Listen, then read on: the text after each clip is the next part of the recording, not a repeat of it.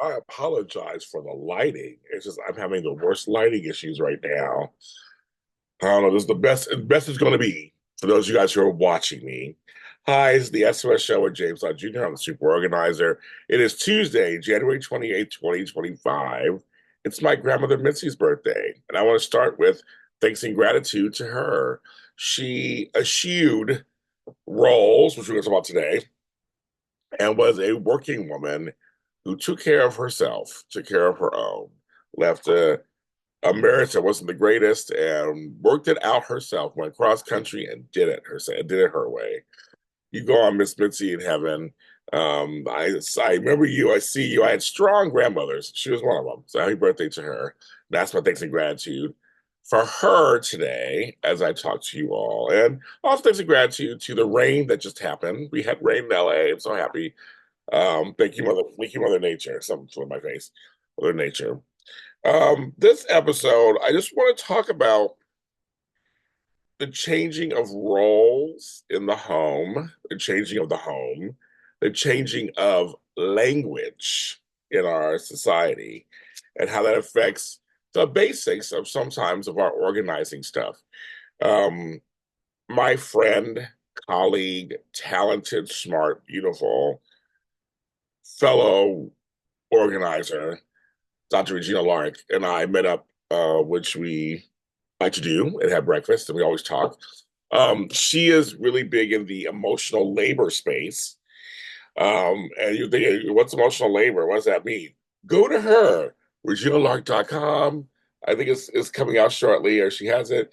Clear Path is her business. She's on LinkedIn, or just look her up. Dr. Regina Lark, Lark. I'll put it in the description too. She has books. She has TED Talks and everything. You can show you will find out what emotional labor is. But the basics of it are involve gender roles in the home where you take care of everything. And she's coming from the place where it's mostly women. It's almost always been women. It's mostly women who run the homes, who run households, and the emotional labor and emotions behind that, having to remember everything and organize everything and multitask everything. I always say women are the stronger sex anyway, so I'm all I give it to all them. But all our mothers and aunties and grannies and everybody who was godmothers, right, who was running the households. And so much of her work has been about that, addressing that, the history. She's also a history person, the history and just all that stuff, and how the professional organizing business was started by women for women. Started for women by women, for women. I started for women by women. Either way, women. Now, even when you say that word, it becomes controversial in some circles. We'll talk about that in a second. But this is what back in the 80s when it started, that's how it started. Even I acknowledge that, I remember that. And I remember during the pandemic, and it's still here. I have a playlist on this channel, JLJ Media. It's only video. There's no if you're listening to this, hi listeners, you guys are great. You guys listen to me as a podcast. This is a video only series I did during the pandemic in 2020. It was called, My Life as a Professional Organizer, as a male in professional organizing business. And I have a bunch of episodes, and they were very popular. I had a good time because I had people ask me questions about being a man in the business. We're like, what, 5%, maybe 10. I don't even know, we're 10%. I think like 5% of the business. It's still, and I don't know statistics for sure. And also some women in my business gave me attitude for being an organizer. So it was my way of talking to people. I always take criticism or tragedy. I try to turn it around to something teachable. That's just how I am and shareable. So that's kind of what it grew. And it became a popular series. People loved it, and I'm glad you can check those out. I'm glad I did them. But even since then, 5 years later, there's different language for stuff, different things going on. And Regina and I talked about it a little bit, but I still back her for what she's saying and and what her research and stuff is for. It is mostly for women. I mean, it's just a fact. all over the world is mostly women who run the households. Should not say they all do because they don't there are exceptions. So let's talk about that a little bit. My stepdad ran the house. He cooked and cleaned, took care of the bills. Like he ran the house, not my mother. And I know men like him, and and they take care of the minutia. She went out and worked. I mean, he worked too, but he took care of all that stuff. He knew where everything was. If he needed something, ask him. He needs some more ketchup. He knew like that's all that stuff. That was him. Myself, I live with my brother. I handle everything in the house. I have to remember to clean the floors if they need to be cleaned. Wash out the washing machine once a month. He would never think to do that. Clean out the microwave. He would never do that. Or think of doing that. And there's little things around the house that I have to remember to do. I mean, both kind of do the bills. He does some, I do some, but I oversee kind of everything. So there are men out there who are in charge. There are house husbands that stay home and the wives go to work and they handle everything at home too. Back in the day, it was portrayed as the Mr. Moms and the three men and the babies. This is it was all for comedy and oh my God, men are just so helpless and worthless at home. And those things were fun and funny, but I'm glad that those tropes are going away. But sometimes people still think when they go, well, isn't organizing women's work? And I'm just like, no, it isn't. Organization used to be, cleaning used to be that, but no, anybody can do it. It's not gender specific. Like, I don't think I need to learn how, I mean, it is what it is, right? So we talked about that. So emotional labor is kind of squeezing over to some men. Now, people ask, well, what about same sex relationships when it's two women or two men? I always say that it leans into one person handles the emotional labor, the other doesn't. I feel like it just kind of transfers into one person heavily does this, maybe some other person does all the outside chores. Like there's the distribution of roles and chores and what goes on in the house does shift.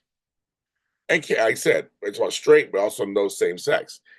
Then you got language that may be controversial to some, but there are some folks who identify as non-binary, gender fluid, so they're not using the male-female roles, or they feel both. They accept the masculine and feminine in them, and so they don't, but they don't go specifically. And this is women's work, this is men's work. It's just like it's work, and so there's like, so it's a question for those of us who are teaching, those of us who have subjects we want to teach to you out there. And that's also for coaches, organizers, and stuff.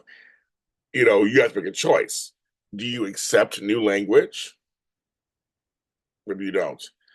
Maybe your area, there's no reason to accept. Maybe there's nothing. It's homogenized. You don't really have that. There's trans, of course. Other thing too. Um, like how does that work, or does it change anything? You know, or it's not. Don't know.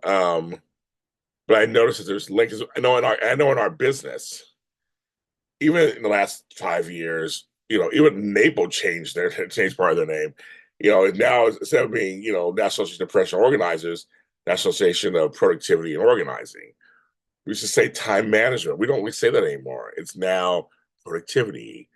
This productivity management, organizational management. Like we don't say time because in essence, you can't manage time, can you? Or organize time? I don't know, but that's like, but there's words that have changed. But in every field, language is changing and evolving. Um, and that goes for slang, casual terms to professional. Um, I like the word management. I like the word productivity. It does it elevates things a little bit in the just the wording.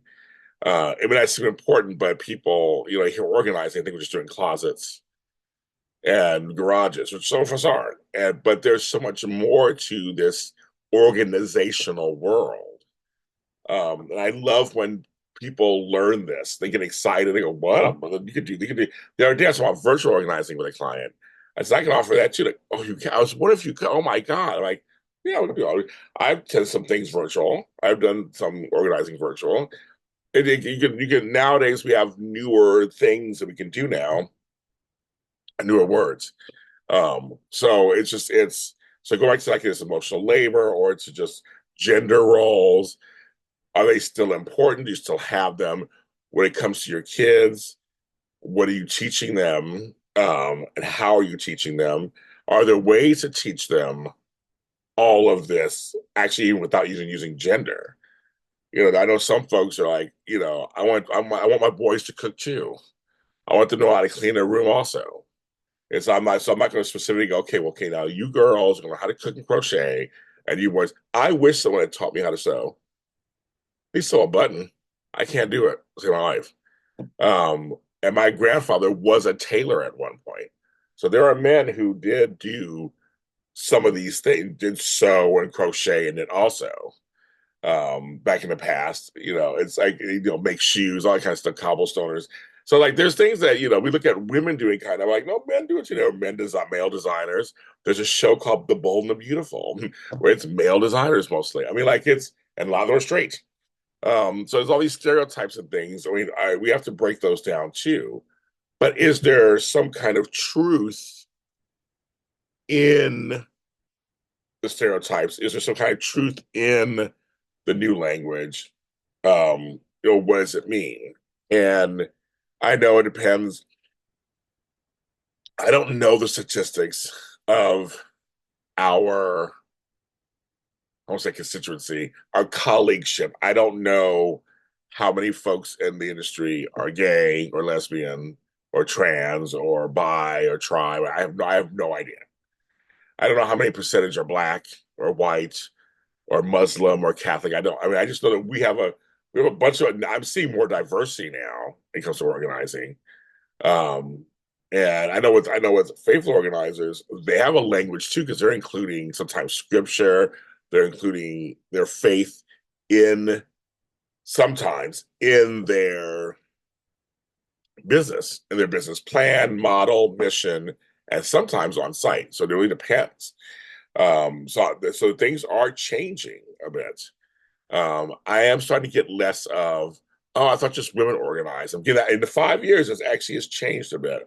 And maybe it's also because I'm very visible. I recognize as I celebrate 10 years of doing this show this year, but 16 years in the business. I'm an old timer now, so I've been around for a while. I will admit that. So I'm in the media, so I've been out there pushing this. Um, the narrative that organizing is great. I've been kind of a face for some people. Um, and there's a bunch of us out there, men and women. Matt Paxton doing it for years. Matt Paxton, my girl Geraldine Thomas, and I'm seeing other folks actually start to get on TV shows, getting segments because there's so many like picture organizing and this or I love it. I love seeing more people. Please get on these. Bring them on for them hot topics. I love this stuff. We have knowledge.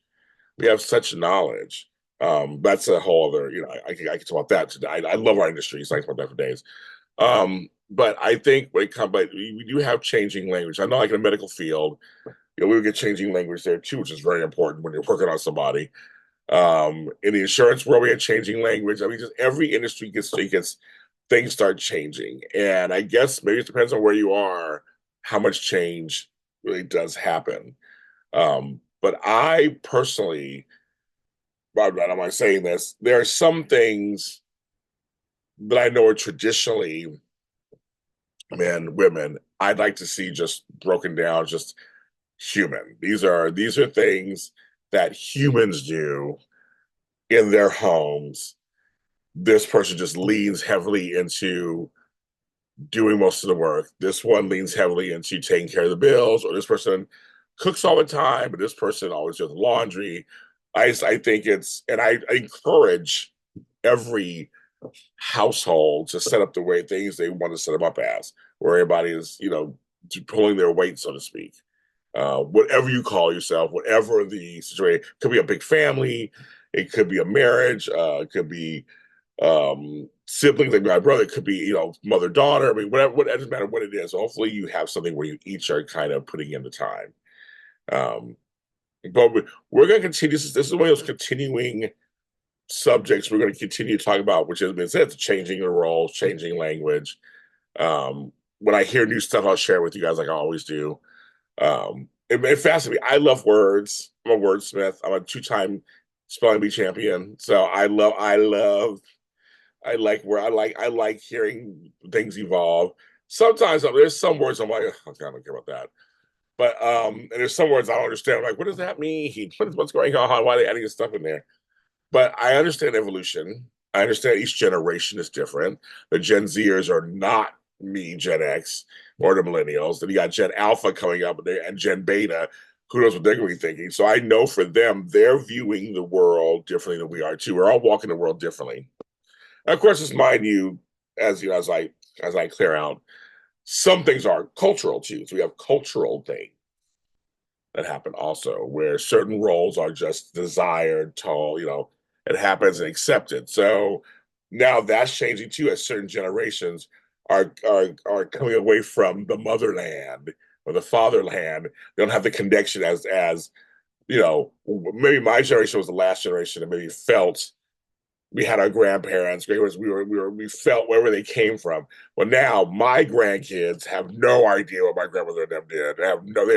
They're four generations later. They have no connection. So it's very interesting. I'm doing a podcast called "Really I'm a Great Grandparent." I'm really to get to really I'm a Caribbean great grandparent. What I'm doing every week, I talk about my family. I'm learning about my past, so my family's past. So I'm digging back, and I'm like, I'm learning about my great grandparents and great grandparents, and I didn't even know them. So we are some generations are getting farther and farther removed, and each generation is viewing commerce and buying and selling very differently.